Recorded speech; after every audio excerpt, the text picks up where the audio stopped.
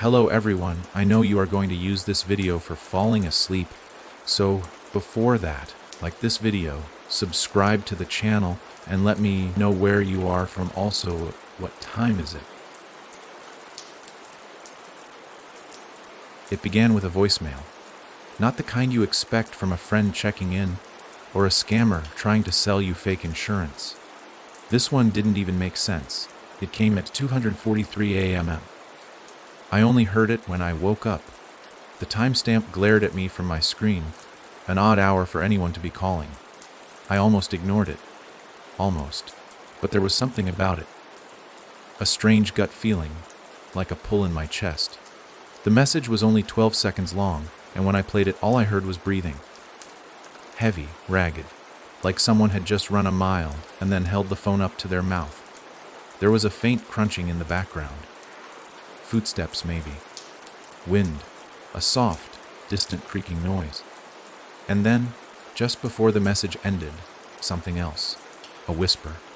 I replayed it 3 times before I made it out. He's watching. That's it. No number showed up. Just unknown caller. I wouldn't have thought much of it if it had stopped there. Weird. Yeah, but people pull dumb pranks all the time. But then I saw the footprints. That morning, I went out back to feed the dog. The air was colder than usual, the wind sharp enough to sting my face. The sun hadn't fully come up, but there was enough light to see the yard. The dog, Bandit, was barking like mad, but not toward me. He stood at the edge of the cornfield, teeth bared, body stiff. His chain was taut, stretching toward the rows of tall, withered stalks. That's when I noticed the prints. Not paw prints, not even boot prints. They were bare feet, human, long, thin, and they came from the field. They stopped right at the edge of the yard, and then vanished. No return path, just one direction, from the corn. I looked out at the field.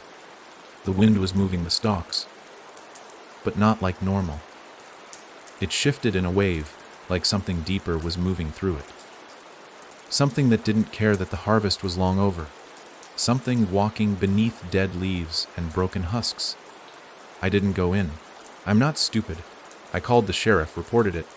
He came out, took a look, said it was probably some local kid messing around. Maybe someone high, sleepwalking, drunk. He tossed out every excuse he could think of, all while not quite meeting my eyes. He didn't want to go into that field either. That should have been the end of it. But the next night, the voicemail came again. Same time. Same message. Same breathing. But this time, the whisper was louder. He's closer. I didn't sleep. The dog barked all night. Wouldn't stop. At one point, I could have sworn I saw someone standing just beyond the stalks.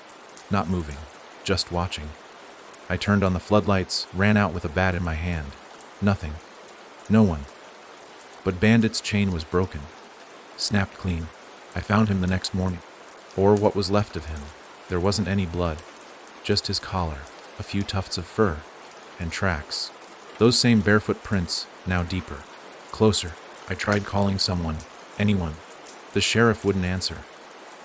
My neighbors, the Wilkersons, had already packed up for the winter. Their house was dark. I didn't have family. No one to call. I should have left then. Should have packed a bag and gone anywhere else. But I didn't, because part of me needed to know. I needed to see it, whatever it was. So I stayed.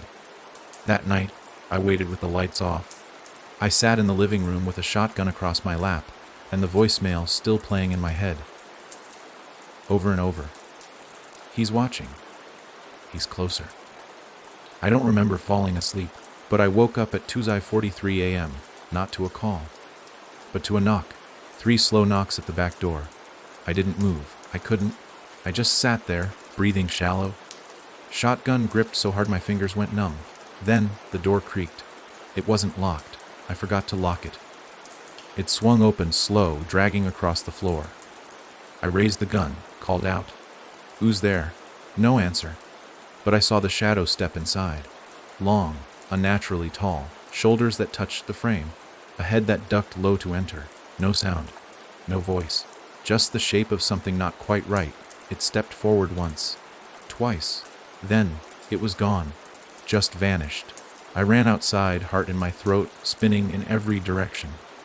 Nothing. Not even footprints this time. Just cold wind, silence, and my phone buzzing in my pocket. Another voicemail. This time, it was different, longer. And I swear to God, I could hear my voice in the background. Screaming. I listened to that message a dozen times before I realized it wasn't just screaming.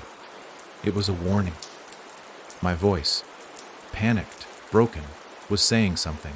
I could only catch fragments at first.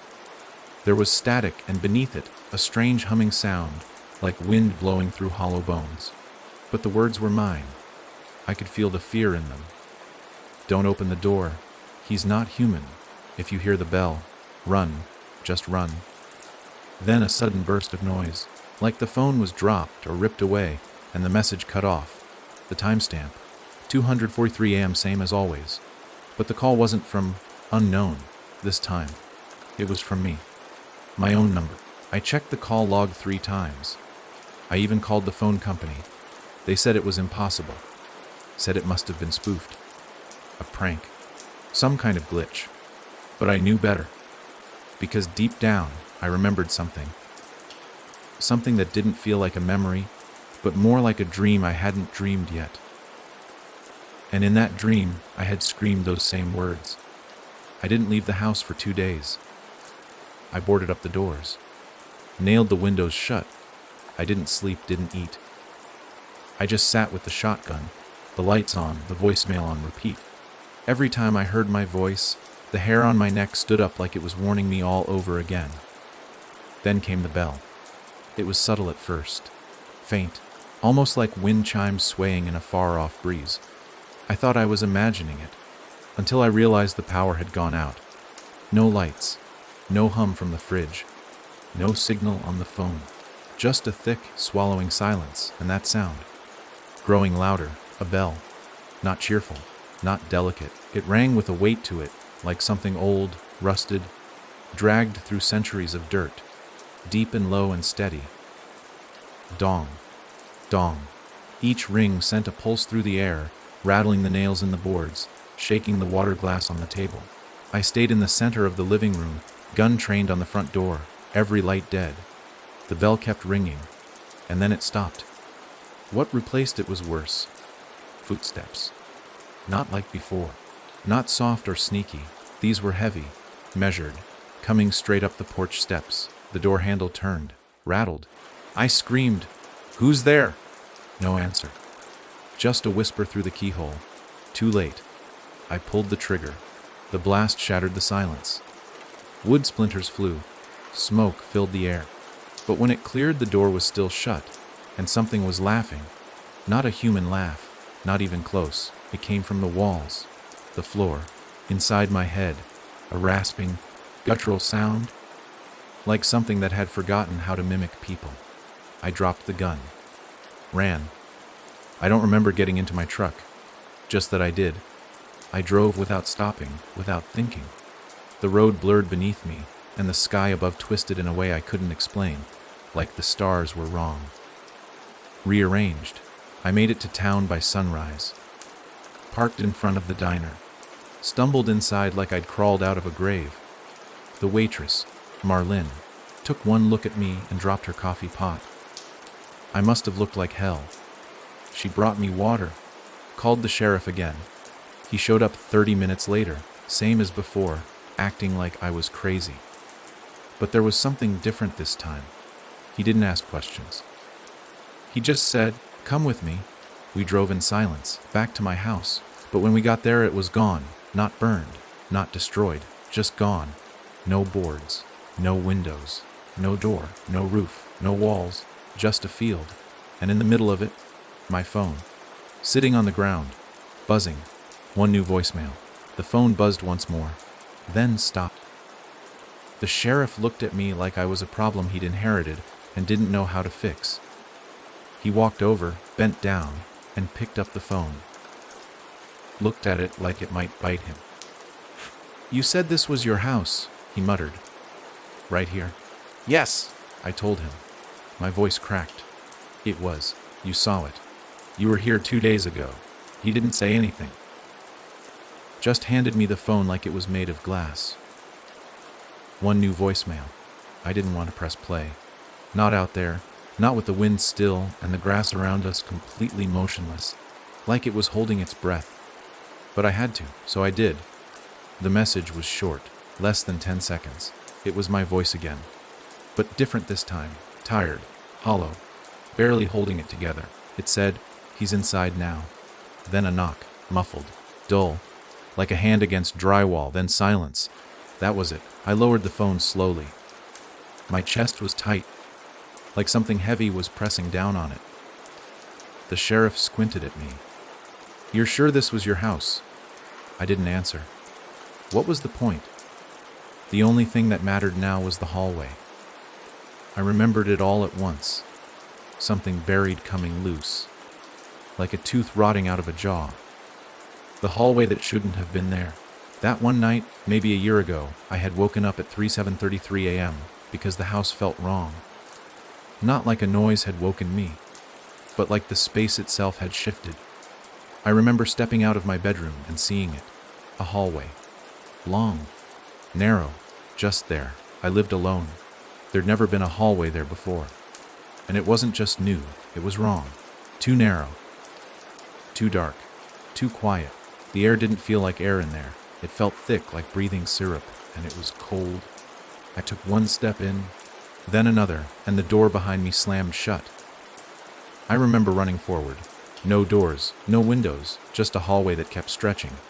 I started screaming, and then I was back in my bed. Morning light bleeding through the curtains. No hallway. No slam. No sound. I told myself it was a dream, but I never slept well after that. And now I knew I'd never left that hallway. Not really. It had followed me. I looked back toward the empty field. That grass. Too green. Too perfect. There was something under it. I knew that now. Something waiting. The sheriff tried asking me more questions.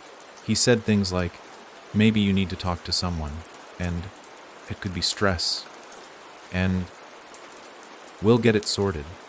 But his voice sounded far away, because I was already somewhere else. Back in that hallway. Back in the dark. That night, I stayed at a motel. Cheap place. Flickering sign. Thin walls. I locked the door. Then pushed a dresser in front of it, just in case. I didn't sleep. At 2:43 a.m., my phone buzzed again. No ringtone. Just the vibration. Skittering across the nightstand like a dying insect. One new voicemail. I pressed play with shaking hands. Static, then breathing. Then a whisper. "You're not out." I dropped the phone. It hit the floor and cracked the screen. That's when I heard it. The knock, not at the door, not on the wall. From inside the bathroom. Slow, soft, deliberate. I grabbed the lamp and held it like a weapon.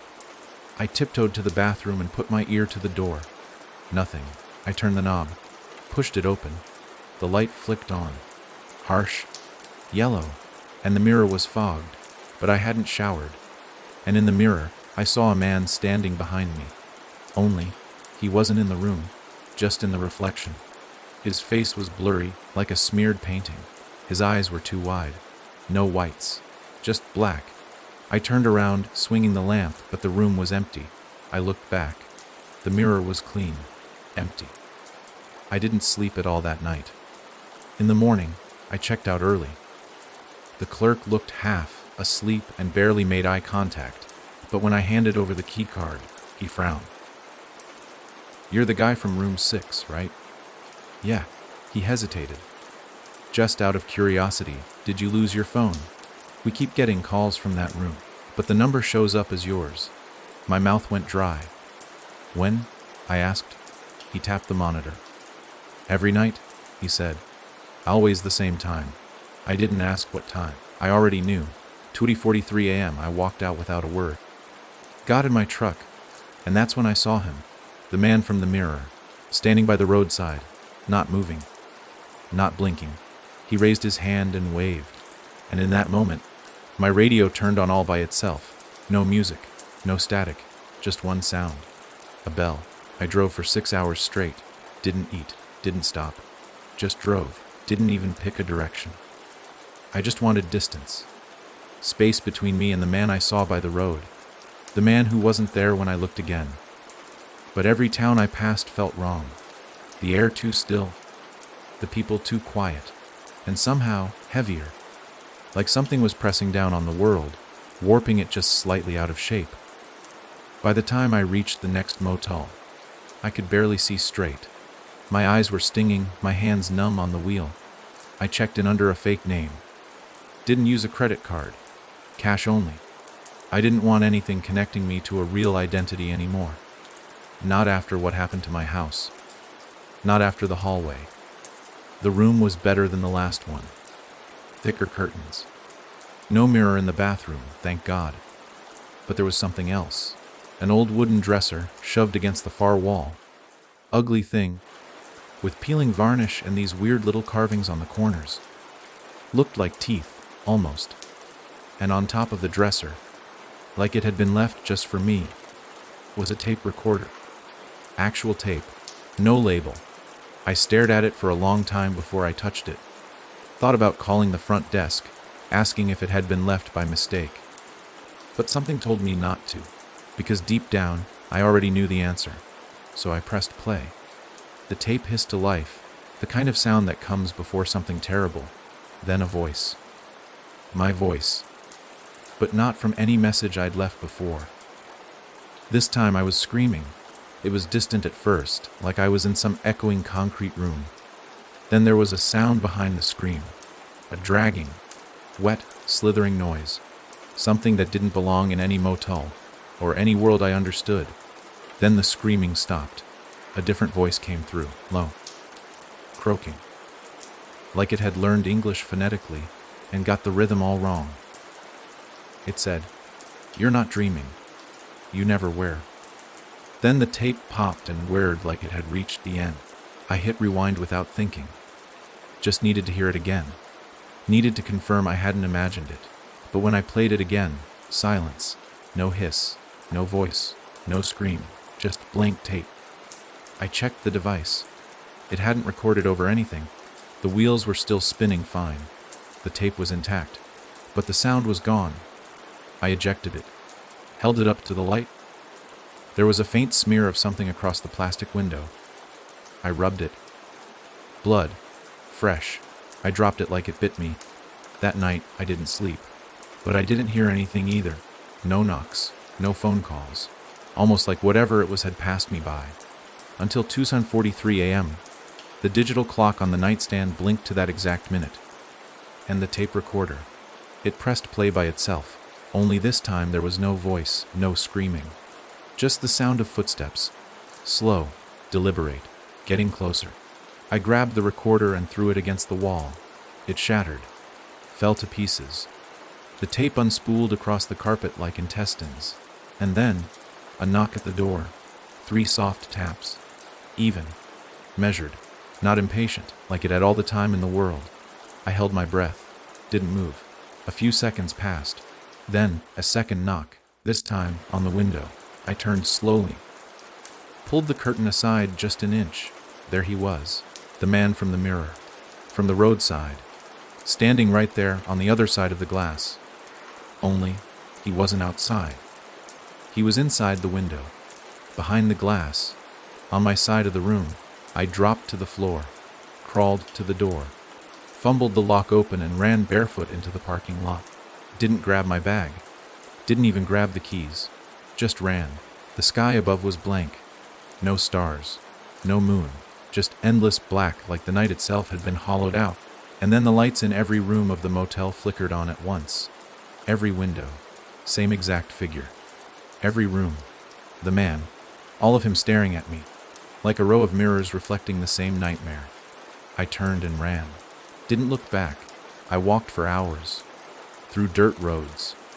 Past gas stations that weren't open. Past a church that had no door, no cross, and no windows. Eventually I collapsed in a field somewhere outside of town. Fell asleep on the cold ground, because my body couldn't stay awake any longer. When I woke up, there was a phone beside me. My phone, even though I left it back in the motel. New voicemail. One unheard message. I hit play. A whisper. You dropped something. Then silence. And now I think I understand. You can't escape it, whatever it is. The hallway, the man, the tape, it's all one thing. Something patient. Something old. And it's watching. Always watching. I spent the next few days off the grid. No phone. No motel. No real shelter. Just moving. Constantly. From place to place. City to city. Sleeping in rest stops and abandoned buildings. I ate what I could find. And when I couldn't find anything, I didn't eat at all. But for the first time since this all started, I thought maybe I'd shaken it. No dreams. No voices. No man at the window. I even went a whole day without looking over my shoulder. Then I found the photographs. It happened in this tiny diner, just off a state highway. One of those ancient, yellow, lit places where the food tastes like ash, but the coffee's always hot. The waitress looked at me funny when I walked in. Like she recognized me. But I didn't recognize her. I sat in a corner booth. Tried to keep to myself. Ordered eggs I didn't want and coffee I couldn't taste. That's when I saw them. On the wall behind the counter. Black and white photographs. 10 of them. Framed in cheap wood. Looked like snapshots from the 60s. Locals posing in front of gas pumps. A kid on a tricycle. Someone fishing at a dried-up river. Nothing strange at first, until I looked closer. There was a woman. Same woman. In every single photo. Sometimes in the background. Sometimes half hidden. Sometimes so small you'd miss her if you weren't looking. But she was always there. Same face. Same dead expression. Pale dress. Eyes like smoke. In one photo, she was standing behind the tricycle. In another, behind the gas pump. In one of them, she was standing in the exact same booth I was sitting in. I stood up. Walked to the counter. Asked the waitress about the photos. Tried to act casual. She just stared at me. Then said, "They've always been there." I asked who the woman was. She said, "What woman?" I pointed. Right at the photo behind her. She turned to look. And when she turned back, her face was different. Not just confused. Blank. Like someone had wiped all the expression clean off her skull. She whispered, "You shouldn't have seen her." Then she dropped her tray. It shattered, and every single photo on the wall fell at once. Not tipped, not slid. They fell. Straight down. Like gravity had just remembered them. The frames cracked. The glass splintered. And the photos, they had changed. The woman in white wasn't in the background anymore.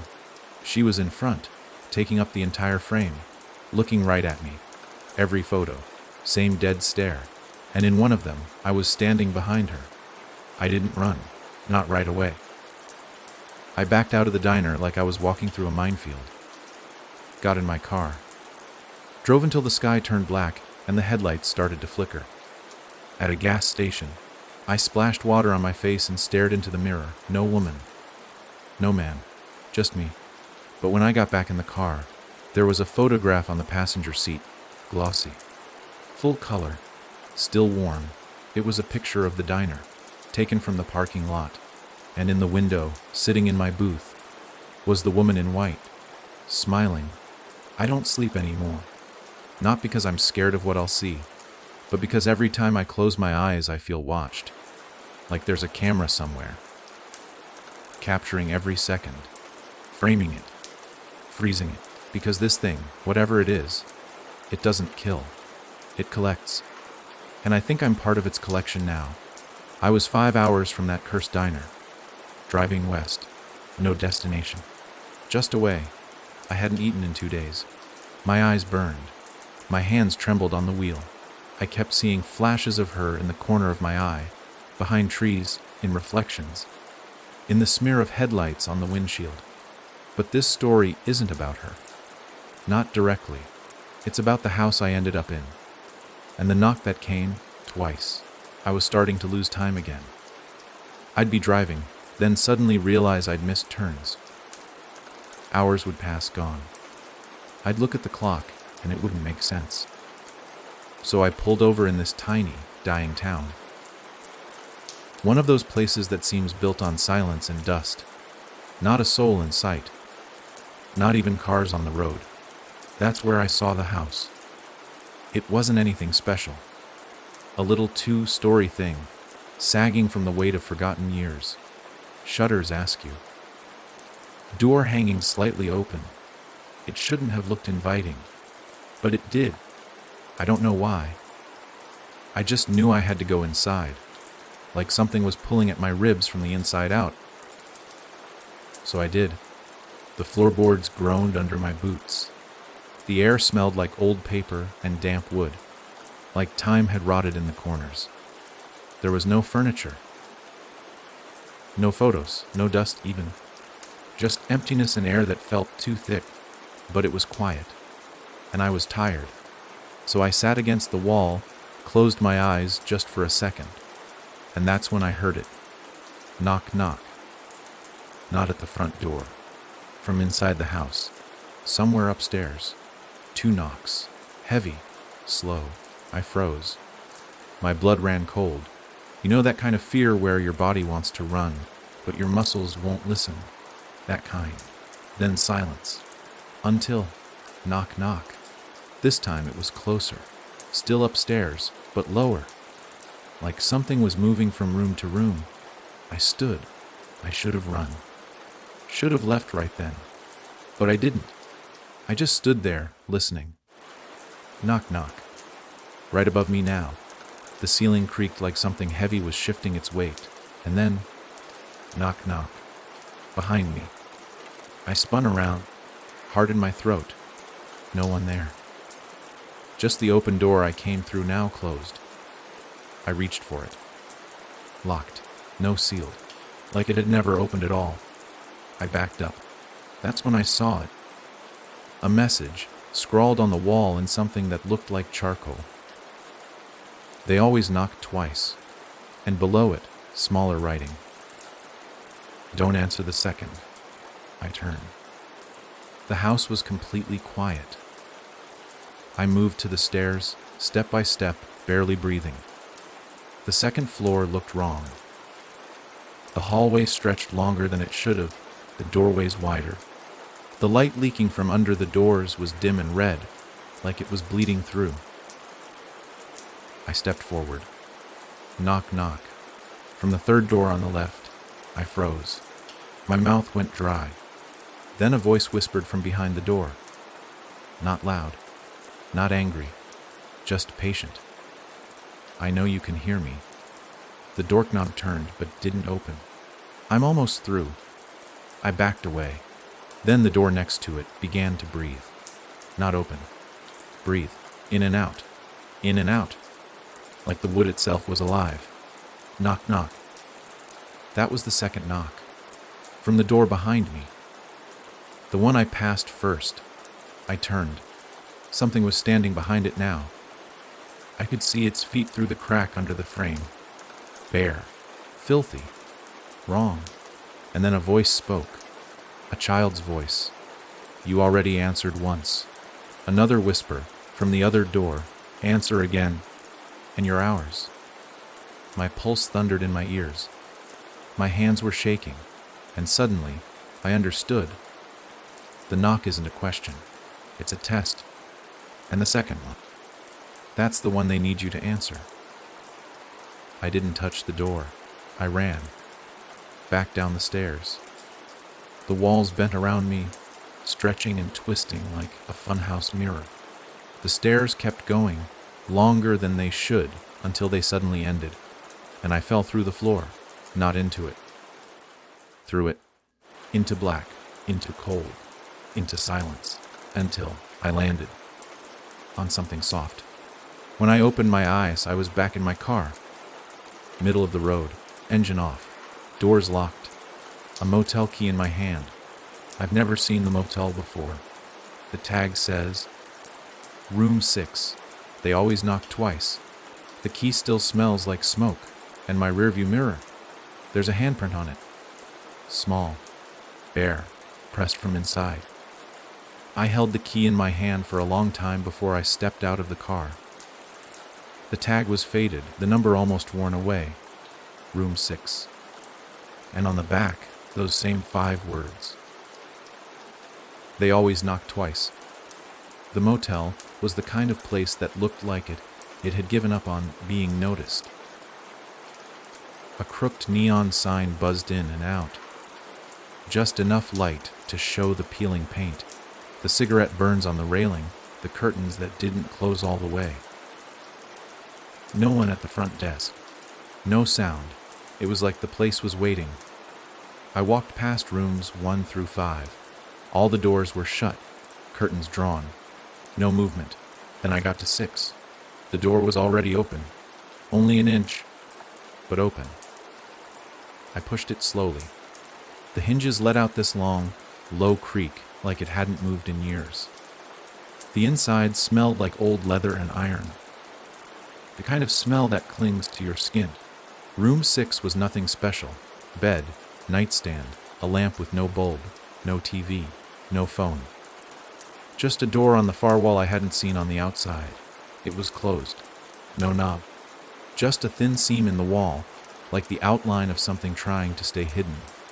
I didn't go near it. Instead, I sat on the bed. It was cold. Not just unmade, but untouched. Like no one had ever slept in it. Like it was waiting too. I must have dozed off. I don't remember lying down. Just the lamp flickering to life on its own end. Knock, knock. I shot up. Not from the front door. From the hidden one. The one without a handle. The knock wasn't loud, but it was final. Like the end of a sentence you didn't want to hear. I stood. Took one step toward it. And stopped. Don't answer the second. The message played on a loop in my brain, louder with every second. But then, knock, knock. The front door. I turned. Heart pounding. 2 knocks. 2 doors. One of them had to be answered, didn't it? I couldn't move. I just stood there, trapped between them. One knock behind me, one in front. One slow. One sharp. Then I heard it. A voice. From behind the hidden door. You left the diner too early. You were meant to stay. Come back. I backed away, and the front door opened. No one was there, just darkness. But I stepped through. I know how that sounds. But the hidden door, that wasn't meant to be opened. Not by someone still alive. I was outside again. But it wasn't the parking lot anymore. It was the diner. Only wrong. Dead quiet. No cars. No lights. Windows covered in something too thick to be dirt. And the sign, that flickering red sign that used to say G-Rob a G-O.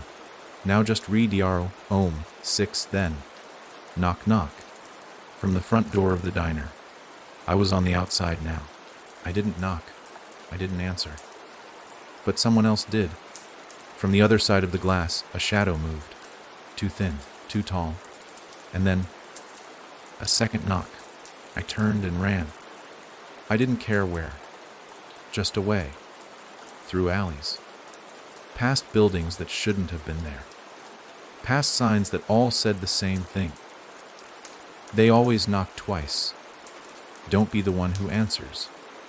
Room 6 is not a place. It took me hours to find my car, and when I did, the motel was gone.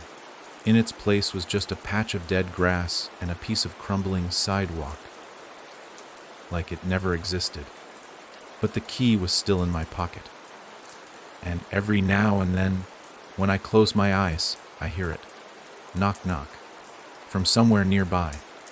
I didn't sleep that night. How could I? The sound of knocking was in my head. The key. That damned key. The worst part. It was still there. Sitting on my dresser. The faded tag still clinging to it like a promise I couldn't escape. Room 6. And the warning etched on the back, clear as ever. They always knock twice. I wanted to throw it away, to bury it. But something kept me from doing that. Something stopped me.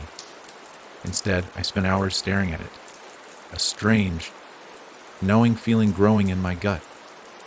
Something was drawing me to it. But I didn't understand why. When dawn broke, I was still pacing, mind racing. There had to be something I missed, some explanation. But no matter how much I tried to rationalize it, the sense of dread grew. Then, just before the sun fully rose, I received a call. The phone was an old landline, the kind that hadn't worked in months. I'd only kept it because there was some old habit tied to it, some reminder of a time when it was used. But now, it rang. One ring. Then two. I picked it up, feeling my pulse quicken. But on the other side, nothing. Just silence. I almost hung up, but then a breath. It was faint. But it was there. I froze, my hand still on the receiver. Click. The call ended. I dropped the phone, heart hammering. My head was swimming. I couldn't breathe. But then I remembered something. Something that had been buried deep in the back of my mind. The diner. The missing people.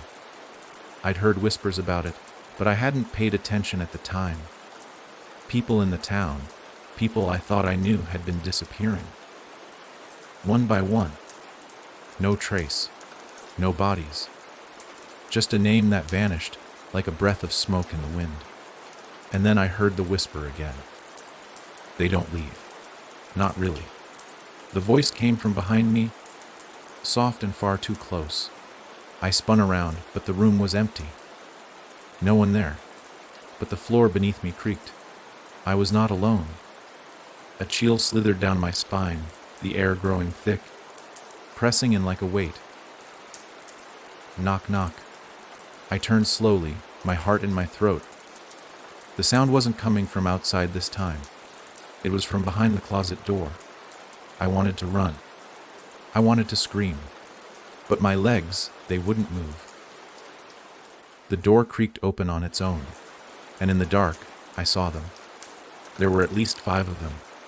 Their faces pale, their eyes empty. Like they hadn't seen the light of day in years. Their bodies were twisted, bones cracked in ways that made me want to throw up. They didn't move. They didn't speak. They just stared at me with those hollow eyes. And then one of them reached for the key. It was one of the silent ones, the ones who'd been forgotten, left behind in places like this, the ones that stayed, the ones that never left. They didn't want to leave. I watched, paralyzed, as the creature dragged itself toward me, the key in its hand, fingers trembling. It was reaching for the door. That door, the hidden one, the one that was supposed to stay locked. The knock echoed again. 2 quick taps on the door behind me.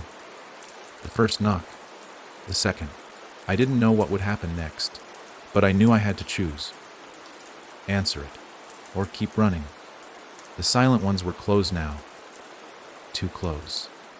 And I had a feeling they weren't going to leave until they got what they wanted. That key. And the door. The one I couldn't open. I was trapped. The silence had consumed everything. The creatures, those twisted, silent figures, hovered around me, their hollow eyes like vacant windows to some forgotten nightmare. I couldn't move. I couldn't speak. It was as though the air had thickened, wrapped itself around me, stifling any sound or movement. I felt the weight of their presence, the suffocating pressure of their gaze. They weren't human. They weren't even close. They were something else entirely. Their skin was waxy, stretched too tightly over bone. Their movements were jerky, unnatural, but their eyes, those eyes, told a different story. They were alive. They were aware. They were waiting. For what? I had to break free. I had to make them stop. But the key in their hands, it felt like a tether, like it was pulling me toward something I couldn't escape. The door behind me. The one I'd been avoiding. I glanced at it, my breath shallow. It was almost as if the door was calling to me. And the knocking, the sound of it, it grew louder, closer, more insistent. Knock, knock. A chill ran down my spine.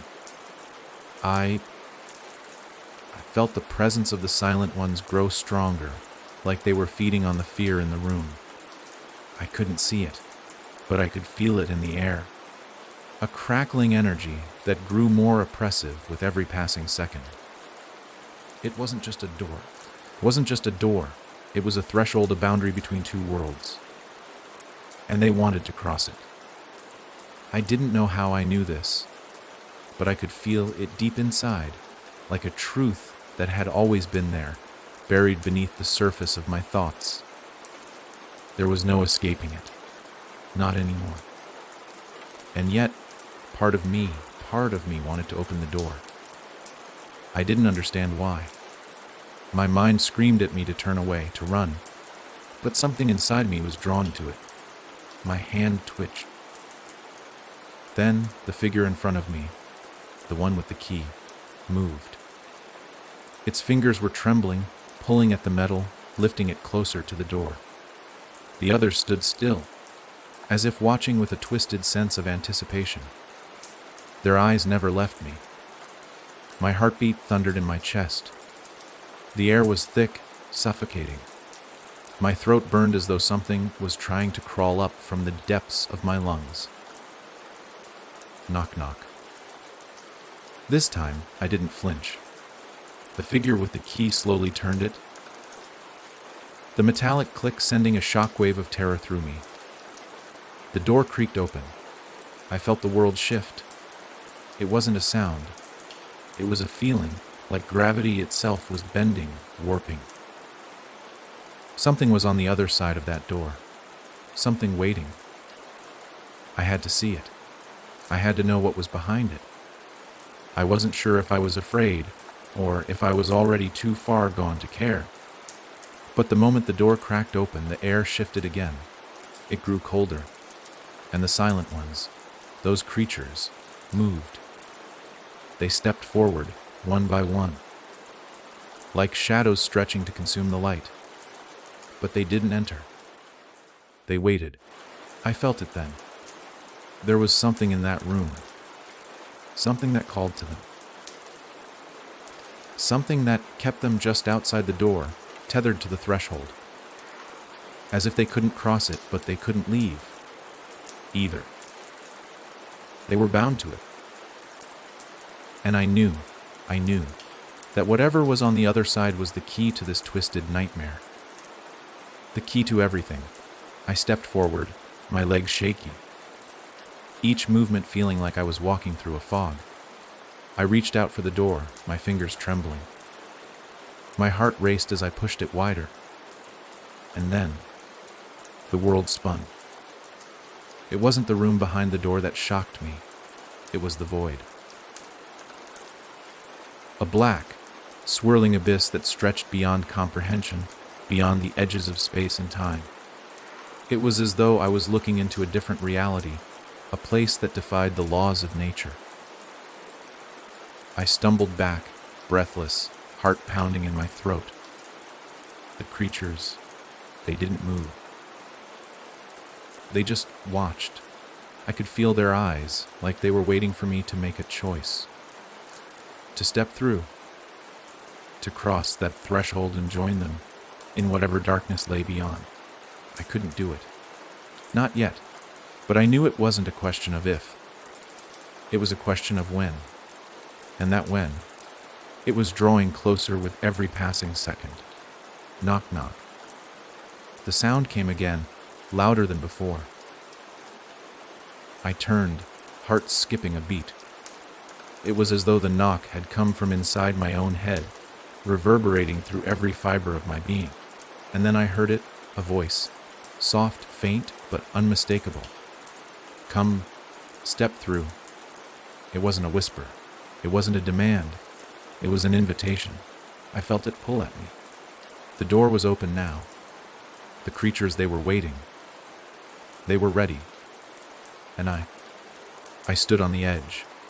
The storm was gathering, and I knew deep down that there would be no turning back.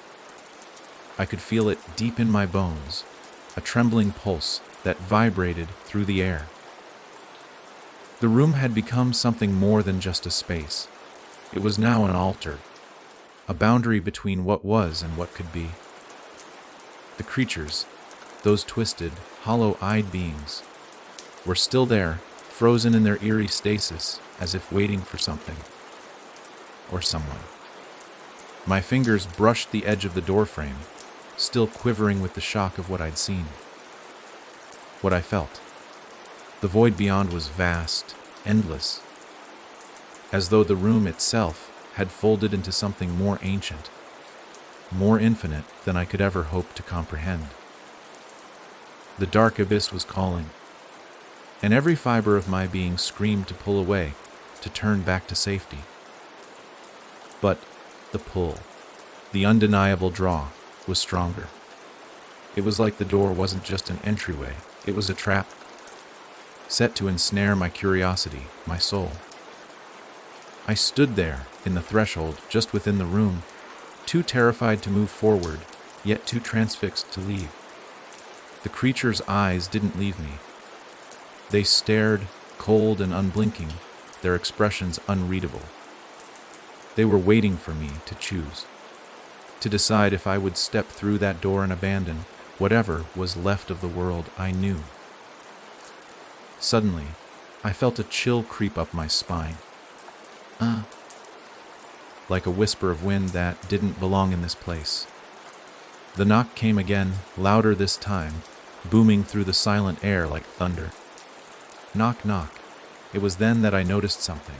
The room, the very walls around me, had begun to change. At first, it was subtle. The air felt denser, almost suffocating. The shadows seemed to grow longer, twisting into forms that didn't belong. But then it grew more pronounced. The walls pulsed, rhythmic and alive, and I realized with a growing sense of dread that I wasn't just standing in a room anymore. I was standing inside the heart of it, the heart of whatever this place was. And the more I stood there, the more I felt the door pulling me. Not just my mind, but my very body.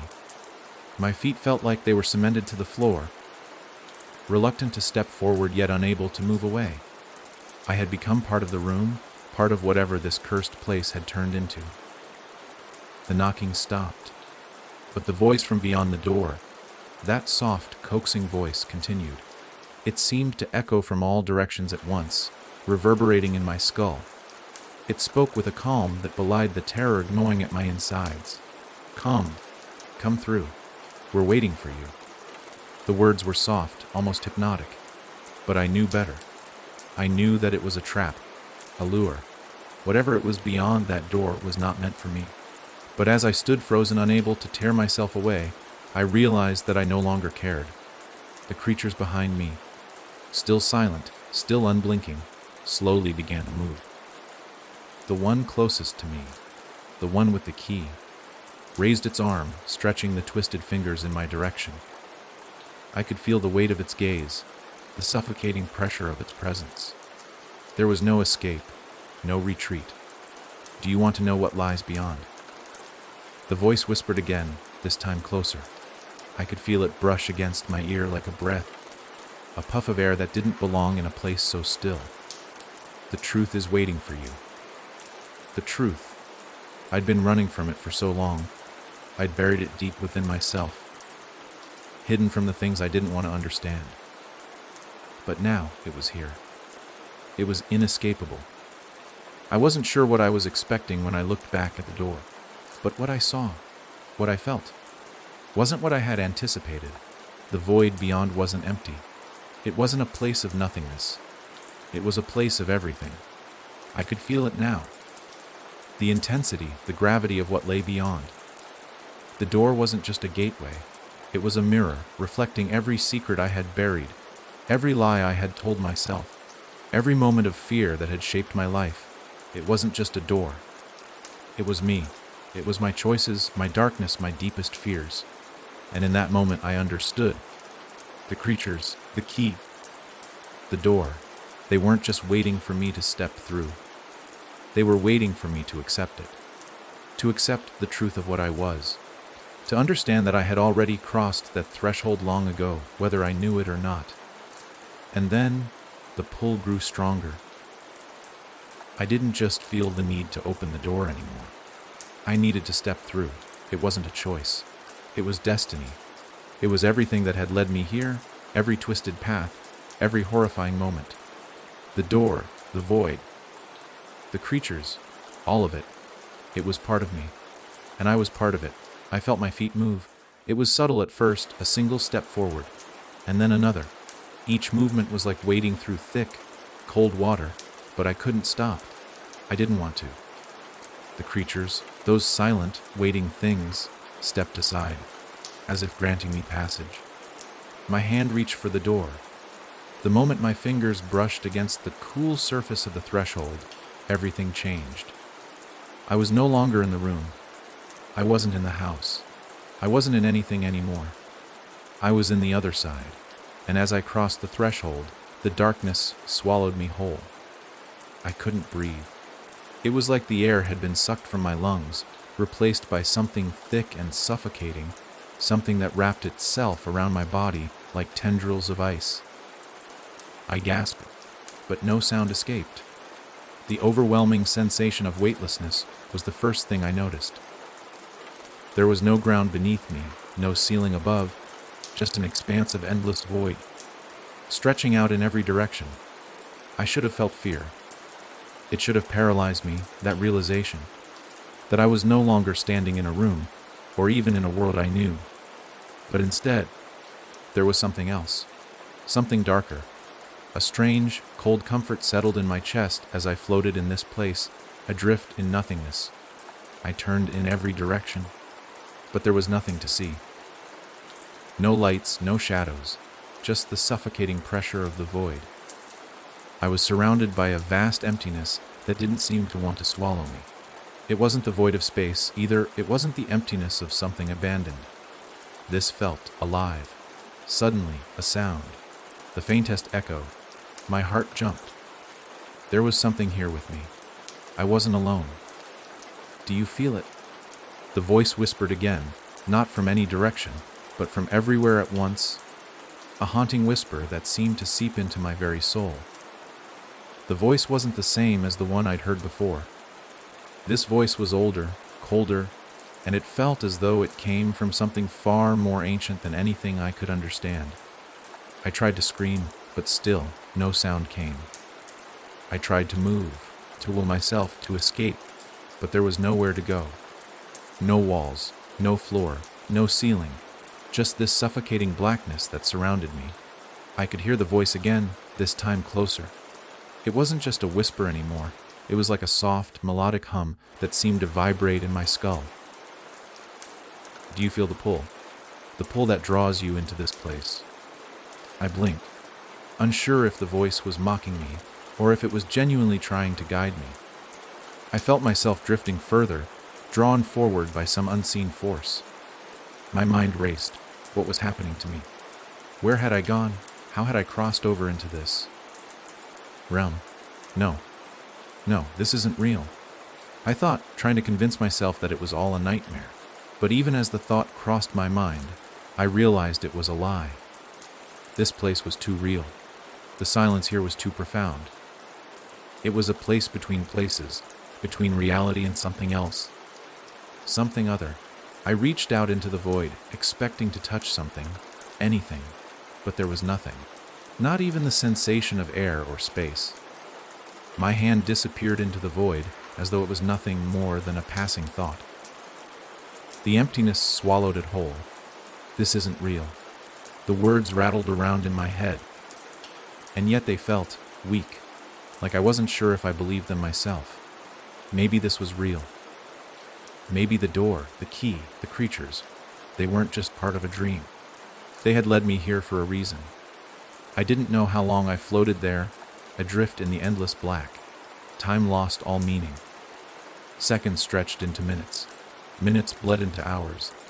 There was no clock to measure the passage of time, and yet I knew that I had been here far longer than I had anticipated.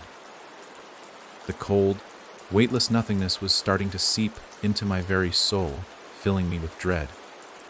And then, just when I thought I couldn't bear the silence any longer, I saw it. A flicker of light. It wasn't much.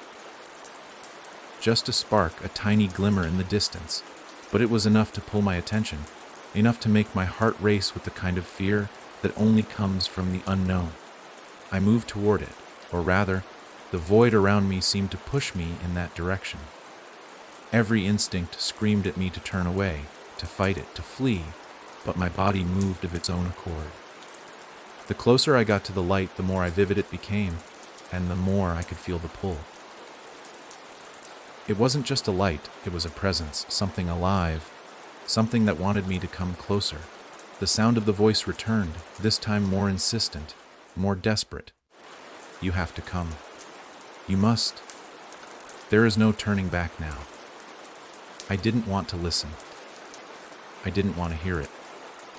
But the light was so bright now, blinding in its intensity, that I couldn't tear my eyes away from it. I reached out instinctively and touched it. In an instant, the world around me shifted. I was no longer floating in that endless void. I was somewhere else. The light around me had expanded, enveloping me completely. It was no longer cold. It was warm and somehow familiar. The oppressive weight of the darkness lifted, and for the first time in what felt like forever, I could breathe. But something wasn't right. The air, no, the space around me, was alive, humming with an energy that felt wrong. The light that had once been comforting now seemed to pulse with a strange, rhythmic throb, almost as though it was alive. I could hear whispers, but they weren't like before. These whispers were distant, muffled, as though they were coming from beneath the ground, from the very walls around me. I was standing in the center of what appeared to be an endless stretch of cracked stone. The ground beneath my feet was uneven, the air thick with the smell of damp earth and decay. But that wasn't what frightened me. What terrified me was the silence that followed. There was no wind, no birds, no sounds of the earth shifting. Just nothing. I took a step forward, my boots scraping against the stone. And then, for the first time since I'd crossed into this place, I heard something, a low, guttural sound. Something was moving. I froze. It was coming from behind me, slow and deliberate, a scraping sound against the stone that grew louder with each passing second. My heart raced. I didn't dare turn around. Whatever it was, I could feel its presence. Something was following me. Something was watching. Do you understand now? The voice echoed again, softer this time, yet somehow more chilling. Do you see? The air shifted once more, and as I turned to face the direction of the sound, I saw something move out of the shadows. I didn't have to turn fully to know what I was facing. My body froze, each muscle stiffening, as the sound of scraping stone grew louder, closer. It was the kind of noise that makes your skin crawl, like something heavy and jagged dragging across the floor, moving toward you, slowly but purposefully. The tension in the air was unbearable. I could feel it closing in on me, wrapping around me like a suffocating fog. My heart raced, my breath shallow and quick. Yet the silence between the scrapes was deafening, as if the world itself had pressed its ear against my chest, listening to every anxious beat. I turned my head just slightly, enough to catch a glimpse of the thing that had been following me. There, in the dark corner of the room, hidden in the shadows of the broken stone walls, a shape moved. A long, sinewy figure, hunched over and twitching, its body distorted in ways that no natural creature should ever be. The first thing I noticed were the eyes.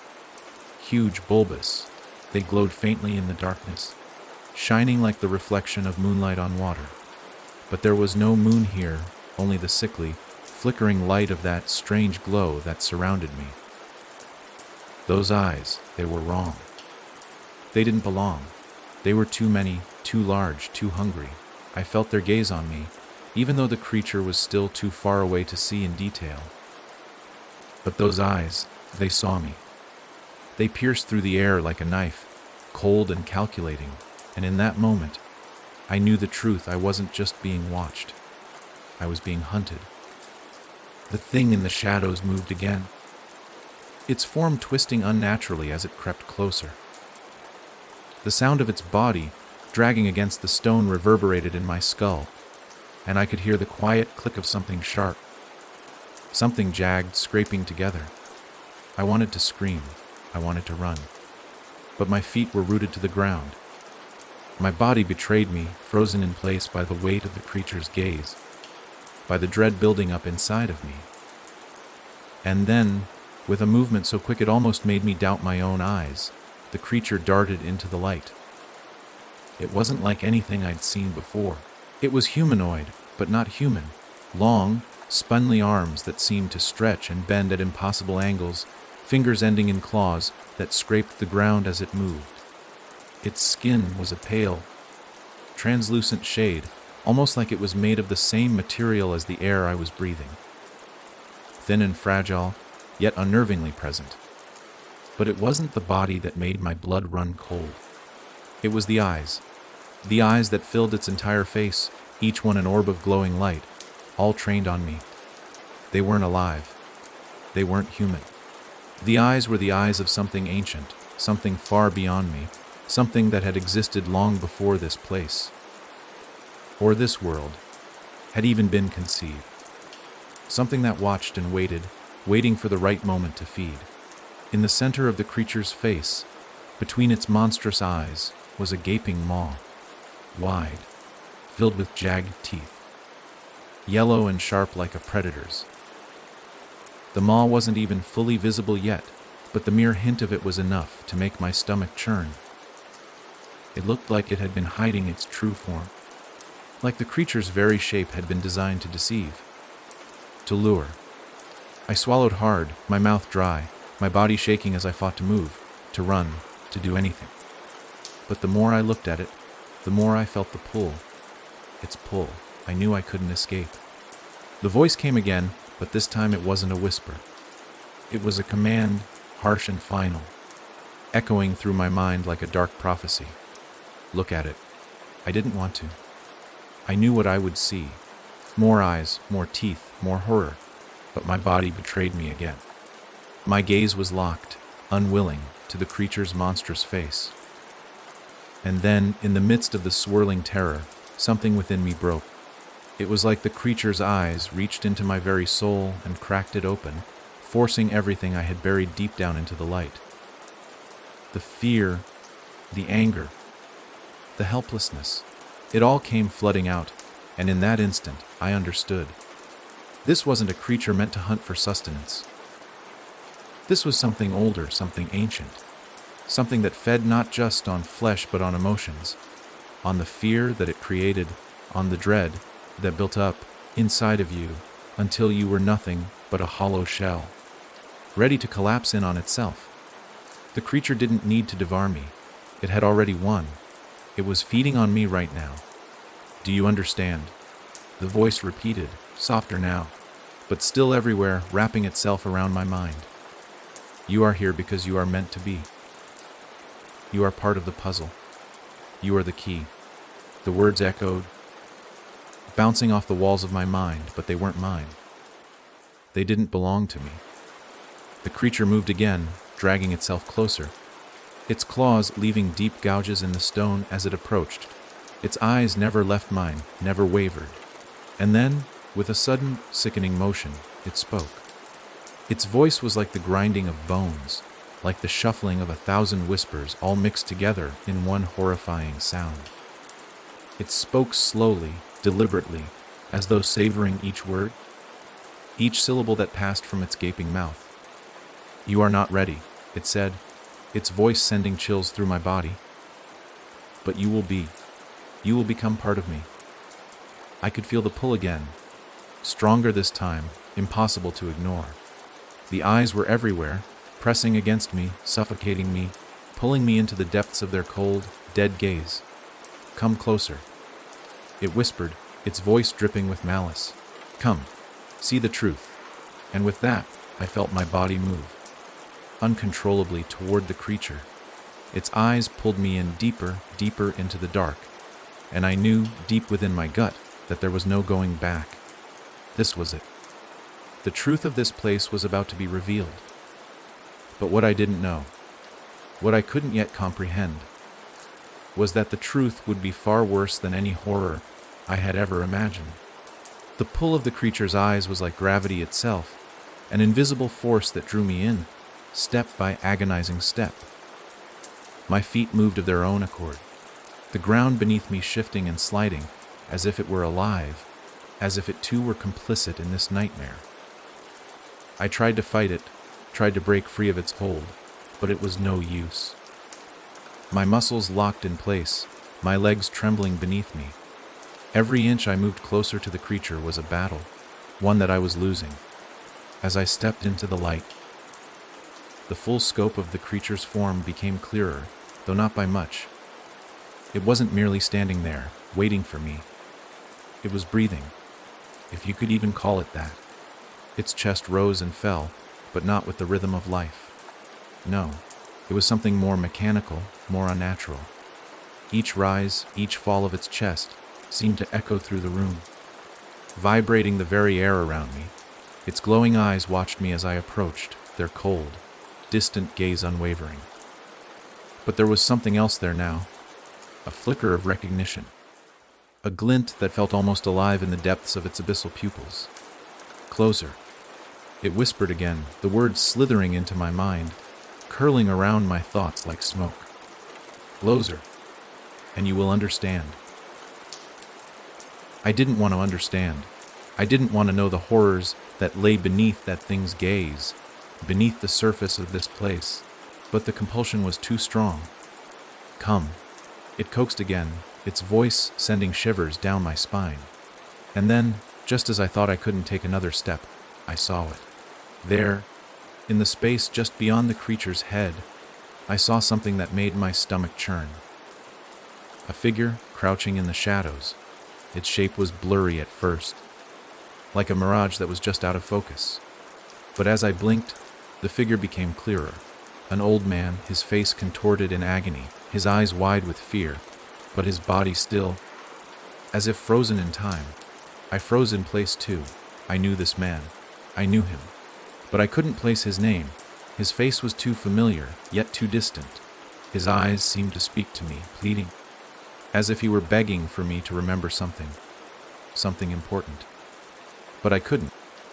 The creature noticed my hesitation, its bulbous eyes narrowing slightly as it tilted its head in curiosity. It wasn't waiting for me to process the figure. It was simply observing my reaction, the same way a predator might study its prey before the kill. Do you see him? The creature asked, its voice now seeping into my very bones. He was you. He was the one who thought he could escape. He believed he could run from the truth. I wanted to scream, to run, to do anything to get away from it. But I couldn't move. I couldn't look away from the man in the shadows. His name is irrelevant now. The creature continued. He is part of the history of this place, just as you will be. I couldn't take it anymore. I forced myself to look away from the man, my eyes falling back to the creature in front of me. Why? I asked, my voice barely a whisper. Why is this happening?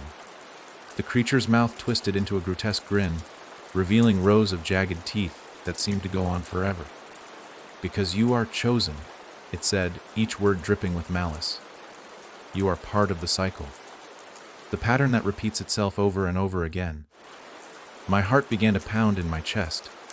The words reverberated in my skull, each one a heavy blow, pushing me closer to the edge of madness. Cycle, pattern, I repeated, confused, desperate for answers. The creature nodded slowly, its glowing eyes flickering in the dim light. Yes. You are part of something much bigger than yourself. You've been here before. You will be here again, but you will never escape. I didn't understand. The words made no sense. I tried to process them, to make them fit, but they kept slipping through my mind like sand through my fingers. Why can't I remember? I choked out, my voice breaking. Why can't I remember anything? Who am I? The creature tilted its head again, as though considering my question. Then it spoke in a voice that seemed to resonate deep inside me, as if the words were being etched into my soul. You are nothing. You are a fragment, a shard. But you are not alone. You are part of a larger force, a force that has been here for longer than you can comprehend. A sickening wave of nausea washed over me as I processed the words. The sense of dread deepened, coiling in the pit of my stomach, crawling up my throat. The walls of the room seemed to close in on me, the air growing thick and suffocating. And then, just as I thought I couldn't take it anymore, the creature reached out with one of its long, spindly arms. I braced myself for the worst. But instead of feeling its cold, bony fingers wrap around me, something else happened. A sound, a low, guttural growl. And then I felt it. An unseen force. The same force that had been pulling me toward the creature, shifted, twisted, changed. Something was rising beneath me, something powerful, something dark. A rumble shook the floor beneath me, and the ground cracked open. The creature's eyes widened in alarm as the rumble grew louder, the air vibrating with an unnatural energy. And before I could even comprehend what was happening, the room erupted in chaos. Something else. Something that had been hidden, something ancient and terrifying, was waking. And it was coming for all of us. The ground trembled beneath me, as though the earth itself were cracking open to reveal some deep, ancient secret. The rumbling intensified, shaking the walls and ceiling, sending dust and debris falling around me. I felt my heart hammer in my chest, the blood rushing in my ears. My breath came in short. Panicked bursts as I stumbled backward, away from the creature, away from the nightmare I had found myself trapped in. But the creature's glowing eyes never left me. They followed me, relentless and cold, a constant reminder of my helplessness. And then, as the noise reached a deafening crescendo, the floor split wide open. I could hear the sound of something rising from beneath. Something that had been hidden, buried for so long, now making its ascent to the surface. The walls trembled as though they were in pain, groaning under the pressure of whatever was coming from below. At first, I saw nothing. But then, from the depths of the fissure, I saw it, the thing, emerging from the cracks. It was massive, its form barely visible in the thick shadows that had begun to fill the room. A low, rumbling growl resonated from the depths of its body, sending ripples through the very air around me. The sound was so deep, so guttural, that I felt it vibrate in my bones, as if the creature's presence itself were trying to tear me apart from the inside out. I couldn't breathe. I couldn't move. My body was frozen, caught in the grip of an unexplainable terror. The creature in front of me was no longer the only thing I feared.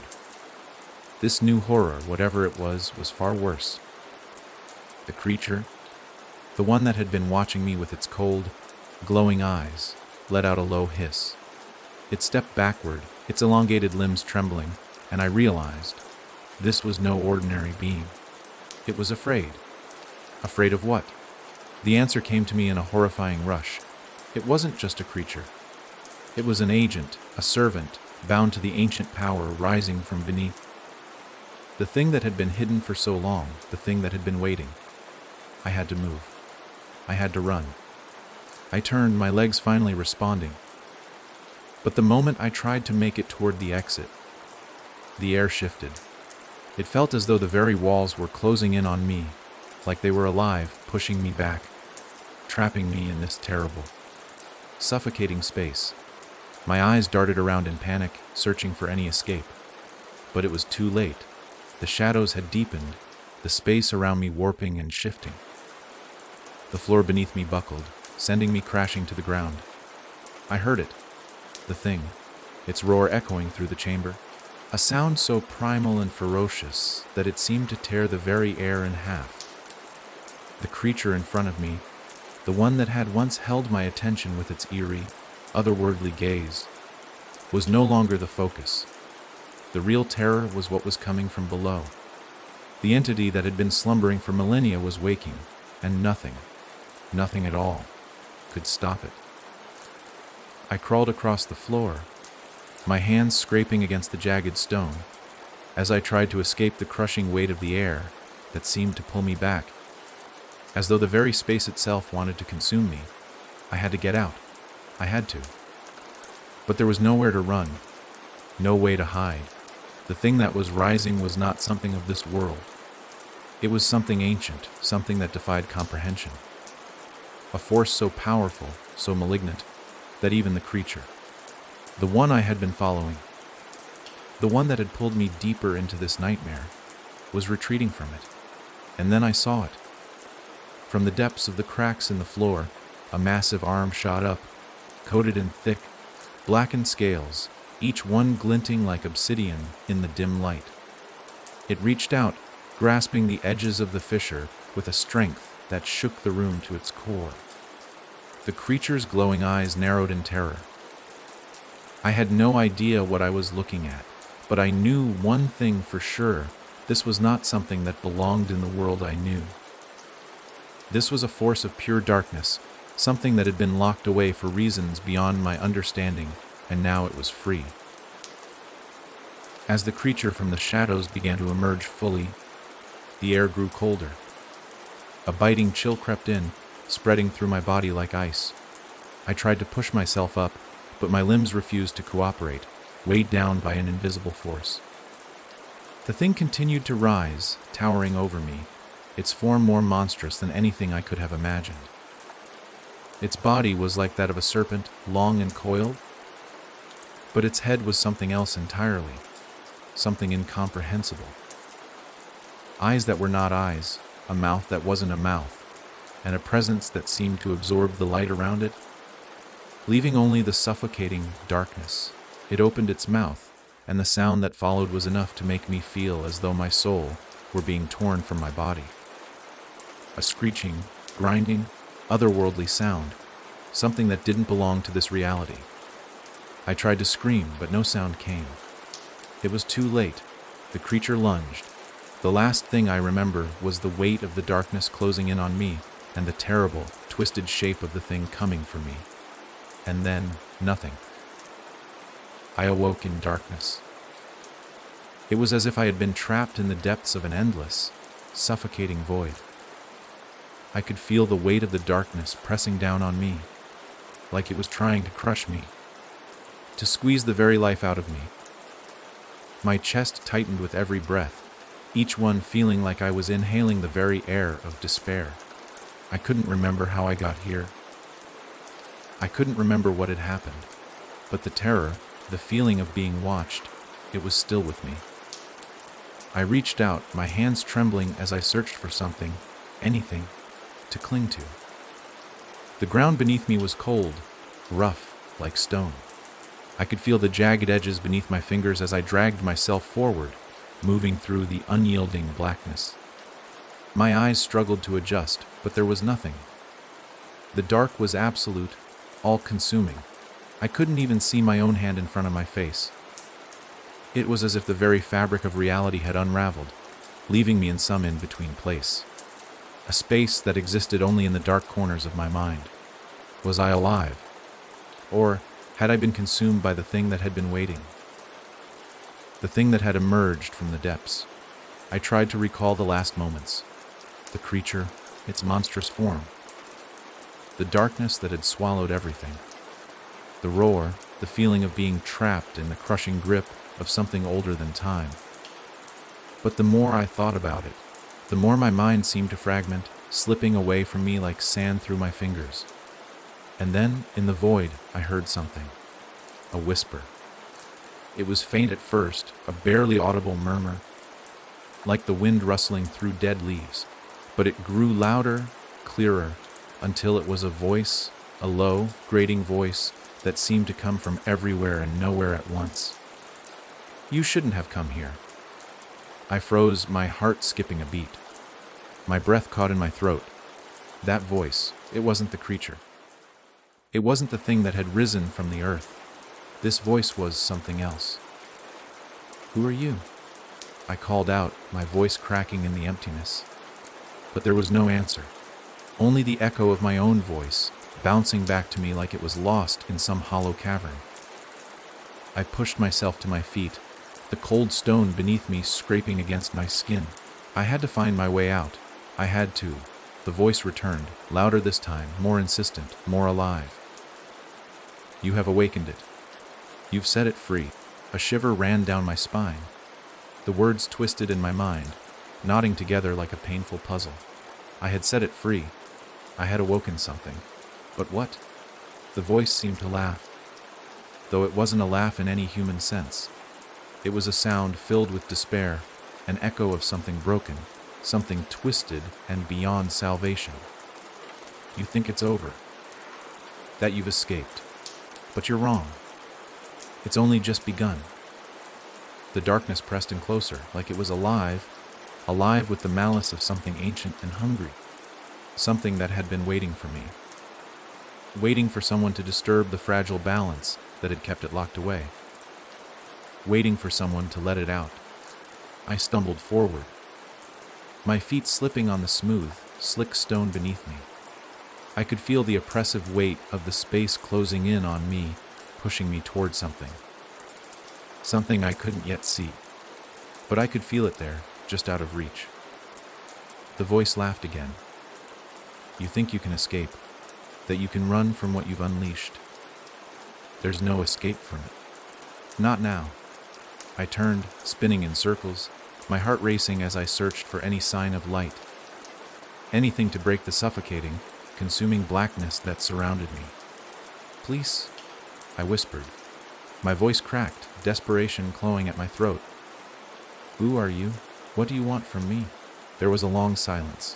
For a moment, it felt like the air itself had stilled, like the world was holding its breath, waiting for something.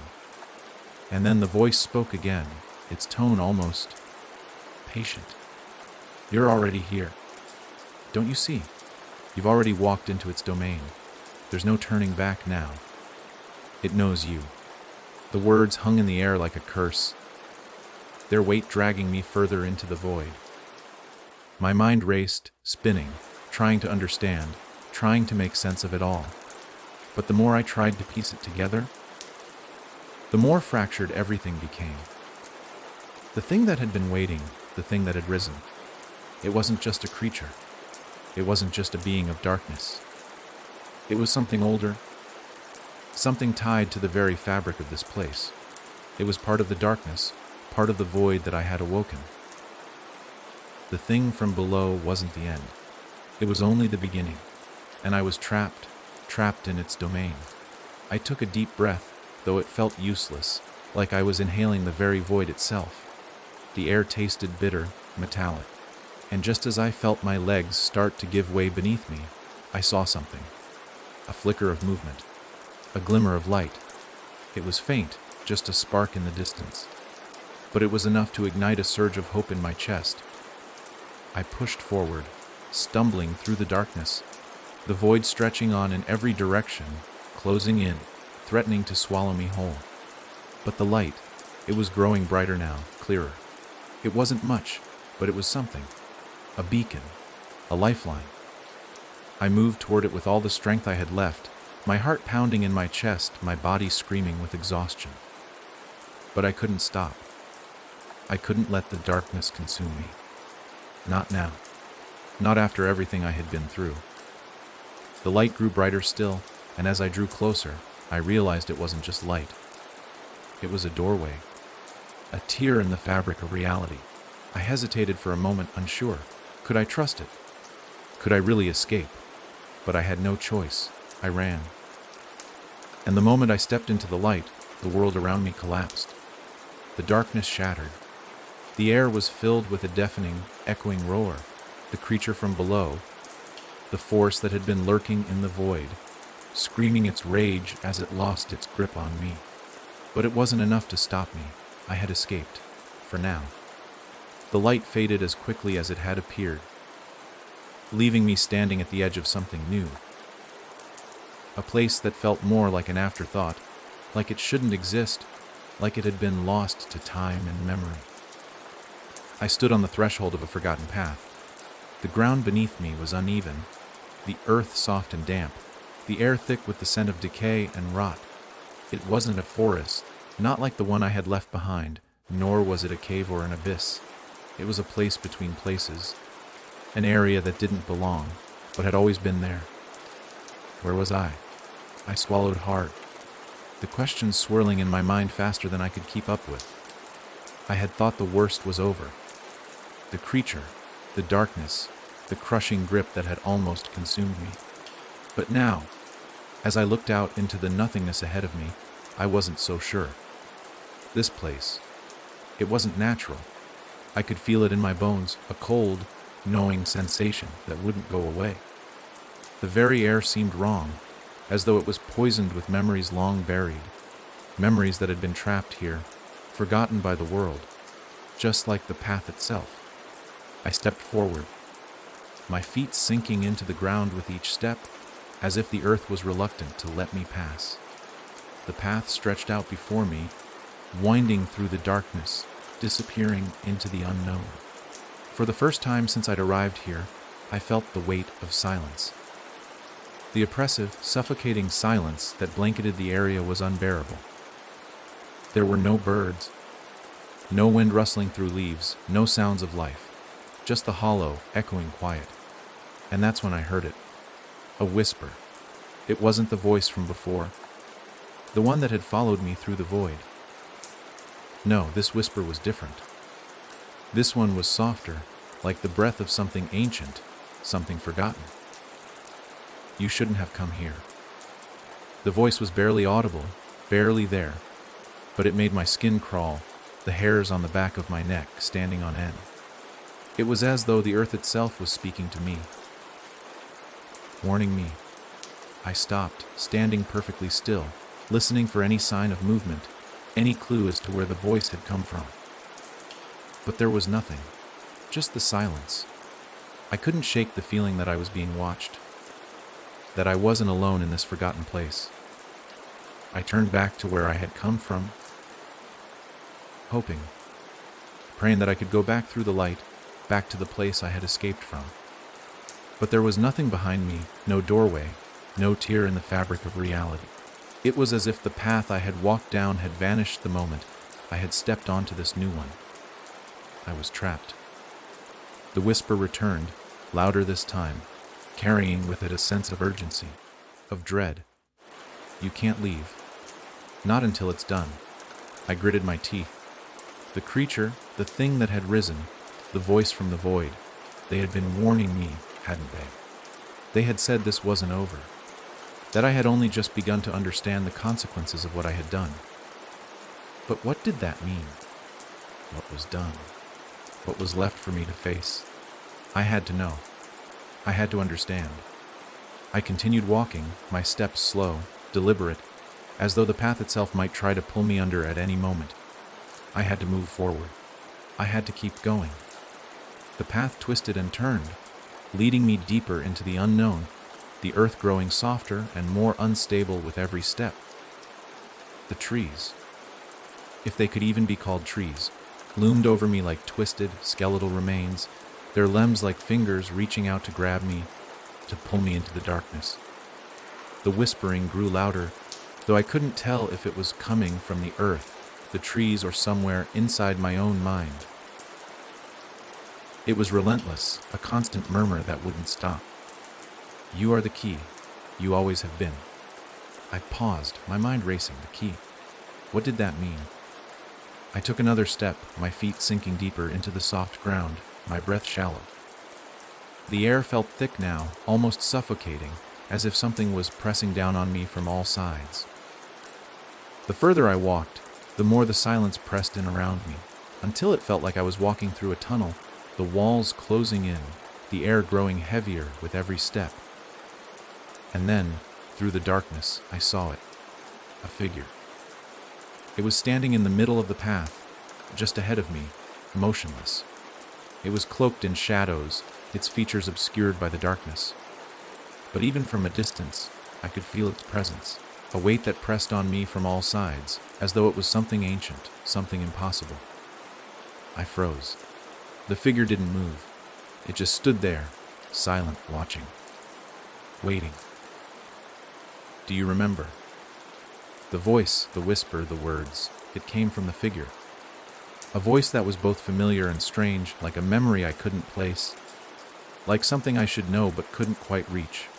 My heart began to pound in my chest. The whispering, the darkness, the creature. I had thought I had escaped it all.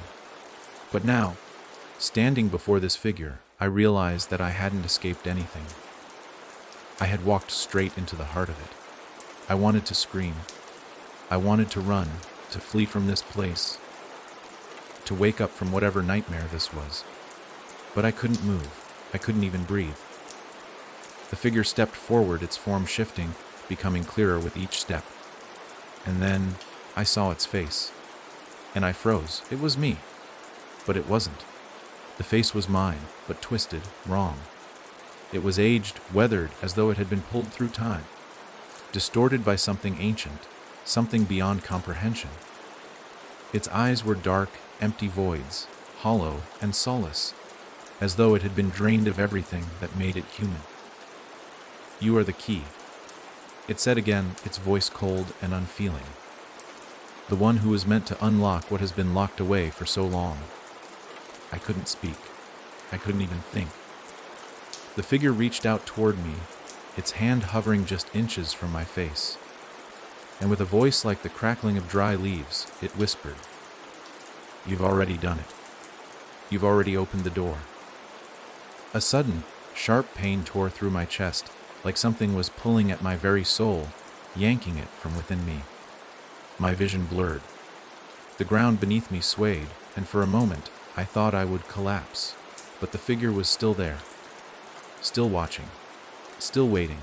And then, in the distance, I heard something else. A sound, a movement. Something was coming, and it was coming for me. I couldn't breathe.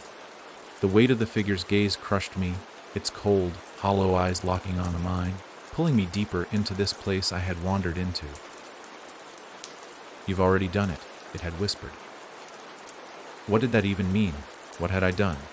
I tried to move, tried to scream, but my limbs felt frozen in place, like the very air around me had solidified, binding me to this spot. My heart hammered in my chest, each beat ringing in my ears like the ticking of a clock counting down the moments until something would happen. But what? I looked at the figure in front of me. My face, but not my face. This twisted reflection of me seemed to grow sharper, its edges more defined with every passing second. A monstrous distortion of the person I thought I was, a version of me that had been stretched and pulled by time by something unnatural. "You opened the door," it said again, its voice slicing through the silence like a blade. "Now it can never be closed." I didn't understand. I had to understand. What door? What was I supposed to have unlocked? I forced my legs to move, taking a slow, unsteady step back. The path behind me was still empty, nothing there but darkness stretching out into the void. Every instinct screamed at me to turn and run, but my feet stayed rooted to the ground. I couldn't tear my gaze away from the figure in front of me. It was the door, wasn't it? This thing that was me. The figure before me was the key, the answer, the reason for all of this. I had to get away from it. But how? And then, without warning, the ground beneath me trembled. I stumbled, my balance thrown off as the earth shook violently. A rumble echoed through the path, growing louder, closer. The air was alive with an electric charge, a sense of something immense, something ancient, coming closer. I couldn't move. And then, out of the darkness, it came. A massive eye, the size of it. It felt like the world itself was staring at me, the iris spinning with shadows, shifting like the very fabric of time was being torn open. The pupil was a black void, endless and deep, drawing everything around it into its center. It was like staring into the abyss, and I could feel it staring back at me, watching, waiting.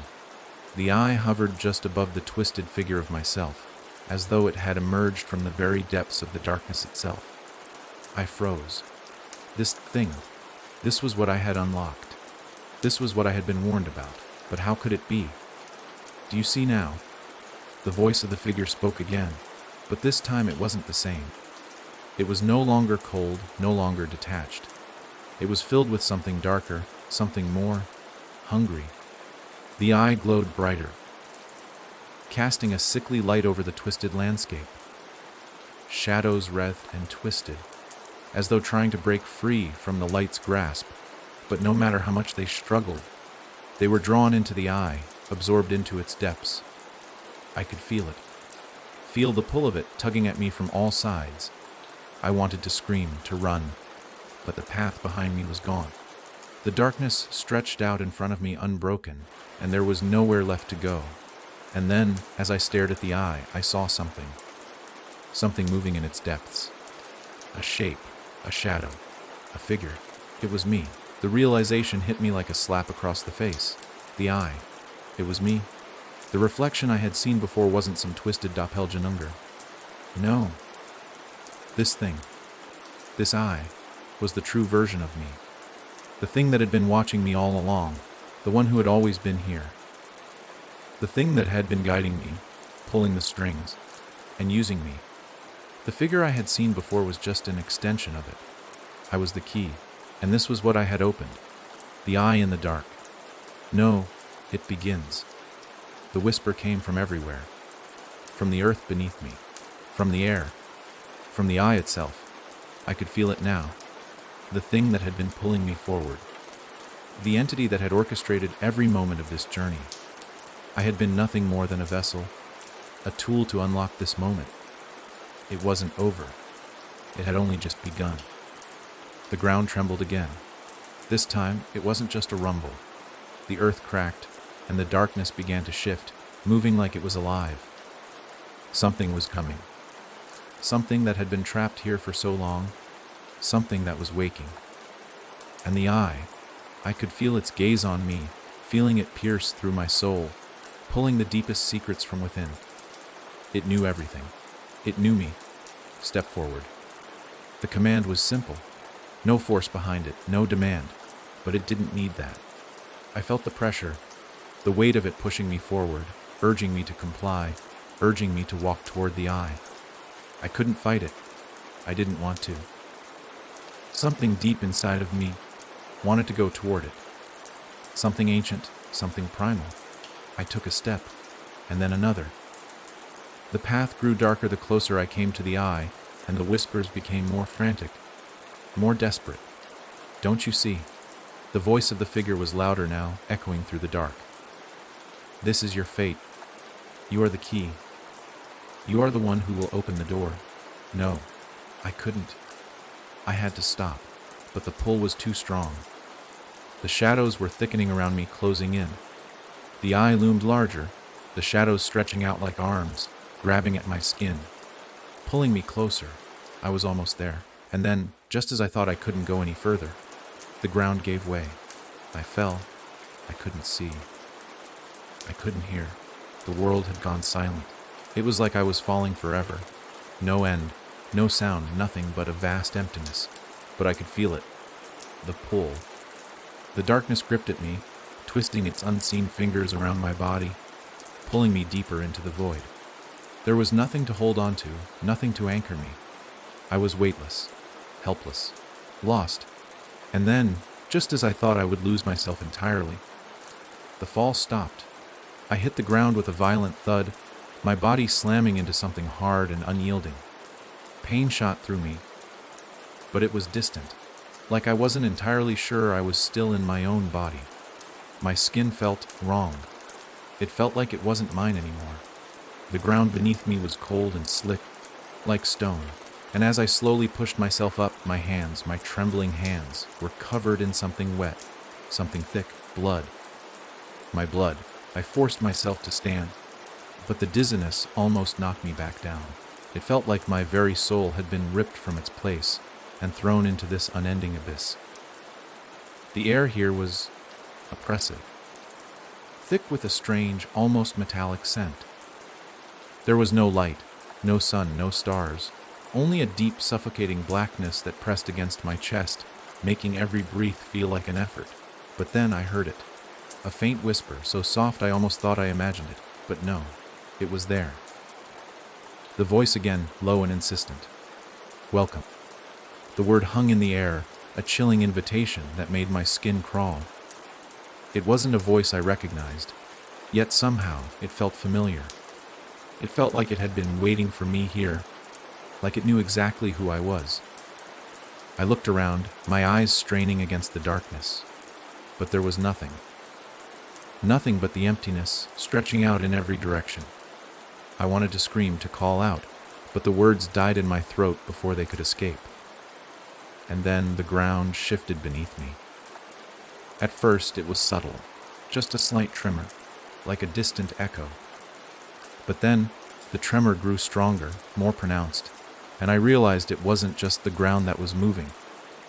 The entire space around me was shifting, like the very fabric of reality was bending, warping, tearing itself apart. The whispers grew louder, more urgent. They were no longer just one voice.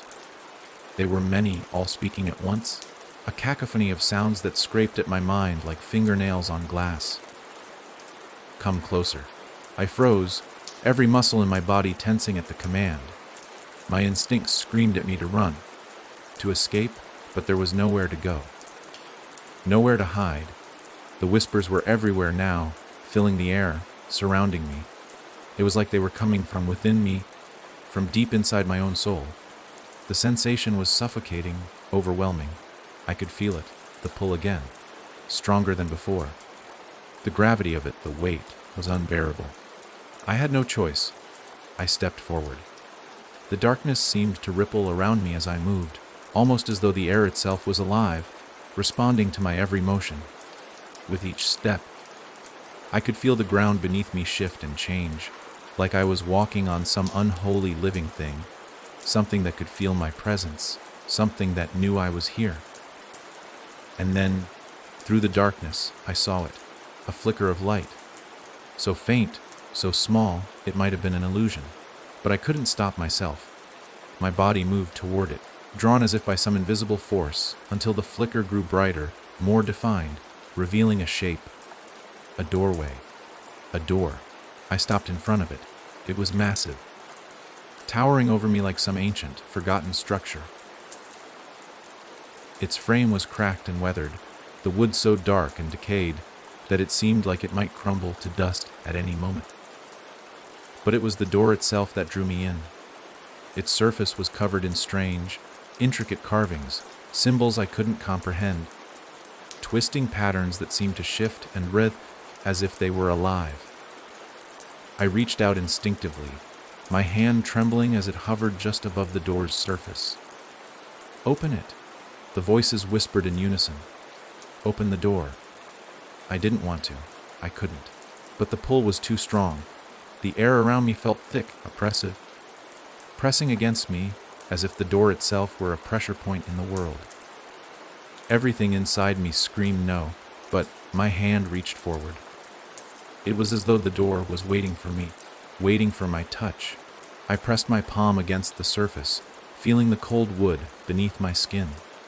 The instant my fingers made contact, a shock ran through me, a jolt of raw energy that burned like fire and ice combined, like I had touched something that had been dormant for centuries and was now awakening. The door creaked. It groaned, and then, with an unnerving ease, it began to open. The light behind it spilled forward, spilling like a flood of fire and shadow, spilling like the very essence of the void itself. I felt it, the truth. The door opened wide, revealing a vast, endless expanse beyond. There were no stars, no sky, just the darkness. And in that darkness, I saw it, the thing that waited, the thing that had always been there. It was massive, its shape unfathomable, like the twisting of time itself. Its body was covered in shifting, writhing patterns, its form constantly changing, constantly evolving. It had no true shape, only a vast, incomprehensible presence. And its eyes. Hundreds, thousands of eyes, glowing with that same inky blackness that had once haunted my every step. Each eye focused on me, one by one, as I stood frozen in place. I knew then that I had made a mistake. I had opened it. I had opened the door to something far worse than anything I could have imagined. Something that had been waiting, watching, for centuries, and now it was awake. The moment the door swung open, a wave of darkness poured through, crashing over me with such force that I could feel my body sinking into it. The air around me felt heavy, suffocating, as if something was trying to claw its way into my chest, to consume me from the inside out. I wanted to run. I wanted to scream. To flee from the unimaginable terror I had just unleashed. But the shadows didn't let me. They held me in place, like an invisible hand gripping my heart, forcing me to look. The light from the doorway dimmed, but the darkness behind it didn't retreat. It only grew, as if the abyss had been waiting for this moment to expand, to swallow everything in its path. The thing, the entity, that I had unwittingly awakened was watching me. It wasn't a presence I could see clearly. No, that would be too simple. It was something far more sinister. Its form shifted constantly, an undulating mass of shadows and whispers, a thing that existed only in the corners of my vision. The eyes. I couldn't escape them. No matter where I looked, no matter how much I tried to turn away, those countless eyes were there, staring at me, piercing through the very fabric of my soul. It knows me. The thought pierced my mind like a shard of ice. It wasn't just aware of me. It recognized me, as though it had always been waiting for me. Every part of me screamed that I needed to close the door, to slam it shut and lock it away forever. But I couldn't move. I couldn't tear my gaze away from the thing in the darkness. The whispers grew louder, swirling around me, drowning out everything else. They were unintelligible at first, just a jumble of noises, but soon the words began to form. Come closer. It wasn't a request. It wasn't an invitation. It was a command, one that echoed deep in my bones, sending shivers through my spine. I could feel it pulling at me, like an invisible force dragging me toward that doorway, toward the endless blackness that lay beyond. You cannot hide. The voice reverberated inside my skull. So close I could almost feel its breath against my ear. The air seemed to grow colder with every passing second, and the shadows pressed in on me, thick and oppressive.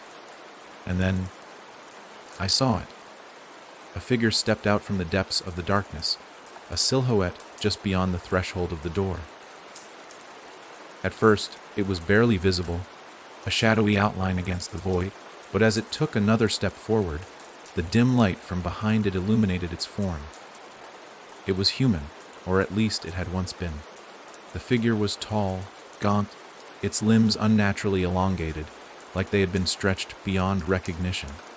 Its skin was ashen and stretched tight over its bones, and its eyes, those eyes, glowed a sickly yellow, piercing through the dark with an intensity that sent a jolt of fear straight to my heart.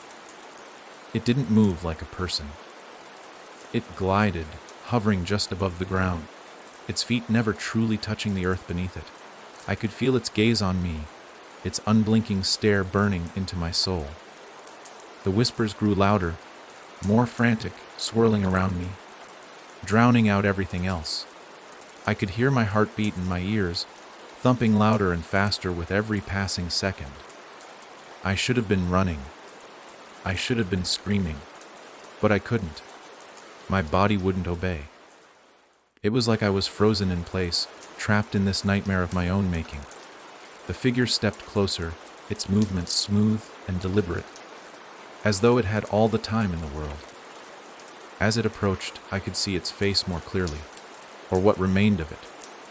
Its features were twisted, grotesque, like they had been contorted beyond recognition.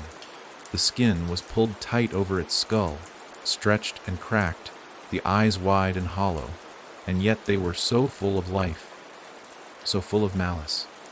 It stopped just in front of me, and for a long moment, we simply stared at each other. I couldn't look away. I didn't want to look away, even though every instinct in me screamed to flee. And then it spoke. You have opened the door." Its voice was cold, hollow, and yet there was something almost familiar about it. Like I had heard it before, somewhere, someone. The words hung in the air, their meaning sinking into my chest with the weight of inevitability. "You have let it in," it continued, its voice dripping with venom. "And now, there is no escape." I opened my mouth to respond, to ask what it meant, but no words came. My throat felt dry, tight, as if it were being squeezed by invisible hands. The figure reached out, its elongated fingers trembling as it touched my arm, sending a shock of cold straight through me. The touch burned, icy and relentless, as though it were freezing my very soul. "You have made your choice," it whispered, "and now you will pay." Suddenly, the shadows around us thickened, swirling faster and faster, until they became a blur of motion, a storm of darkness that threatened to swallow me whole. The air grew dense, suffocating, and the whispers reached a deafening crescendo, their voices now screaming in unison. "Come closer. It's waiting for you. There is nowhere to hide." The figure didn't move, but its eyes, those eyes, never left me. I could feel it then, a deep, crushing weight pressing down on me, as though the entire world was collapsing in around us. The door behind the figure began to creak, groan, as if it were coming alive, like it was hungry for something, or someone. "You're already here," the whispers told me. "It's already begun." In a panic, I tried to back away, but my body refused to move. It was like the shadows had rooted me to the spot, trapping me in place. The figure loomed closer, its face twisting into something even more grotesque, more distorted than before. "It's waiting." I felt the ground shift beneath me. The world seemed to blur and bend, as if the very fabric of reality was warping around me. And then, in the blink of an eye, the figure lunged. I didn't even have time to scream. The world folded in on itself. Everything I knew, every moment, every sense, was ripped apart, scattered into fragments, leaving nothing but the cold, suffocating blackness. I didn't scream. I couldn't. The air itself felt thick, like trying to inhale underwater. My lungs burned, desperate for breath, but there was no air, no space, no escape. I couldn't see. I couldn't hear anything, except the deafening silence that pressed down on me like a weight, crushing me under its force. And then, through the dark, came a sound. A faint, almost imperceptible rustling, like the whisper of fabric brushing against skin. I couldn't make sense of it at first, but then the darkness around me began to shift. Shapes started to form, stretching and distorting in ways that didn't make sense. It was as though reality itself was bending, warping into something otherworldly. "It's here." The thought gripped me like an iron vice. The thing I had let in, the entity from beyond the door, was closing in. Its presence was undeniable, suffocating. I tried to move. I tried to pull myself free from the invisible chains that held me in place. But my body refused to obey. It felt like the air itself had become thicker, the shadows pressing down on me, wrapping around me like tendrils, squeezing, tightening. My heart hammered in my chest, each beat louder than the last. What have I done? The thought echoed through my mind, but it was too late. The moment I had opened that door, I had sealed my fate. There was no turning back, no undoing it. Suddenly, the shapes in the darkness became clearer. A figure emerged from the shadows, its form shifting and undulating, a silhouette that flickered like a candle flame caught in a windstorm. I could feel it, its eyes burning through me, locking onto me with an intensity that made my blood run cold. The figure stepped forward, its movements smooth and unnatural, as if it existed in two worlds at once. It was the same thing I had seen before, the thing that had watched me from the doorway. But now, it was different. It was closer. It was real. Its presence consumed me, wrapped around me like a vice, choking the life from me. The thing leaned forward, its grotesque face coming into sharper focus, and I could see it clearly now. It wasn't human. Not anymore.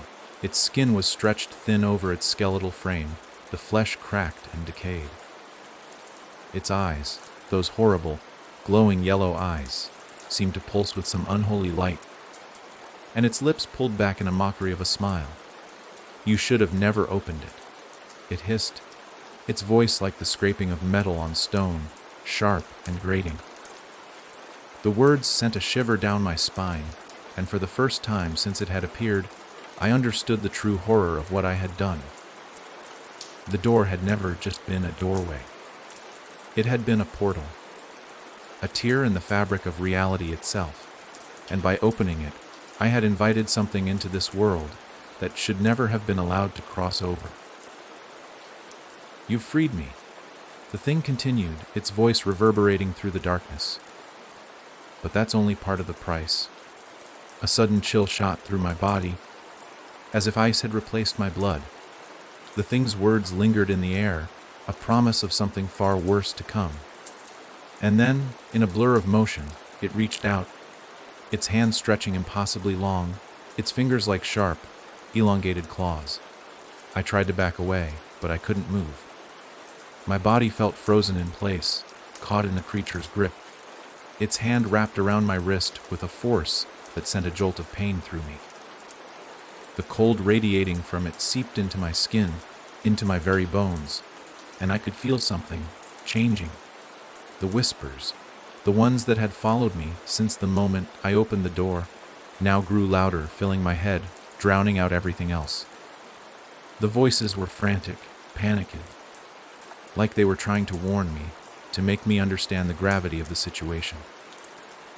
"It's not just you it wants," they said, their voices full of terror. "It will take everything." And that's when it hit me. This was never just about me.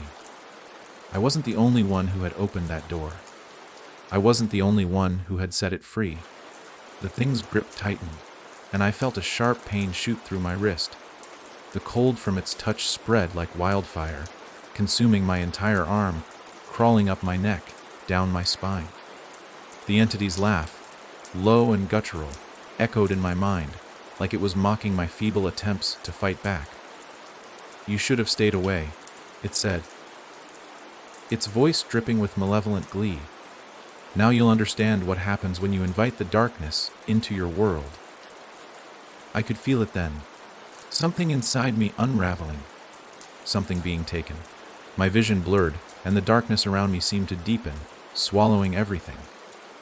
The cold, the pain, the suffocating presence of the entity, it all merged into one overwhelming force. There is no escape. Suddenly, everything snapped. The world around me shattered like glass, breaking apart into 1,000 pieces, each one falling away into the void. My body felt weightless, suspended in nothingness. I could hear nothing, see nothing, feel nothing. It was as if I had ceased to exist, and then, just as suddenly, I was somewhere else. A place that wasn't real, a place that couldn't exist. The ground beneath me was soft and shifting, like sand, but it wasn't sand. It was something else, something ancient. The air was thick, heavy with the weight of unseen eyes, watching. Everywhere I looked, there was nothing but darkness, and the sense that I wasn't alone. "You opened the door," the voice whispered again, but now it wasn't just the thing from the shadows speaking. It was everyone. The whispers of 1,000 voices, all speaking in unison, all from the same terrible place. And then I understood. This was it. This was the price. Not just my life, but my soul. I had opened the door, and in doing so, I had crossed a line that could never be uncrossed. There was no going back, no redemption, no escape. The darkness would consume everything. And I was the key, the price. And as the whispers closed in, as the weight of it all crushed down on me, I finally understood the true horror. This was just the beginning. The door had been opened, and now it was up to the darkness to claim its due.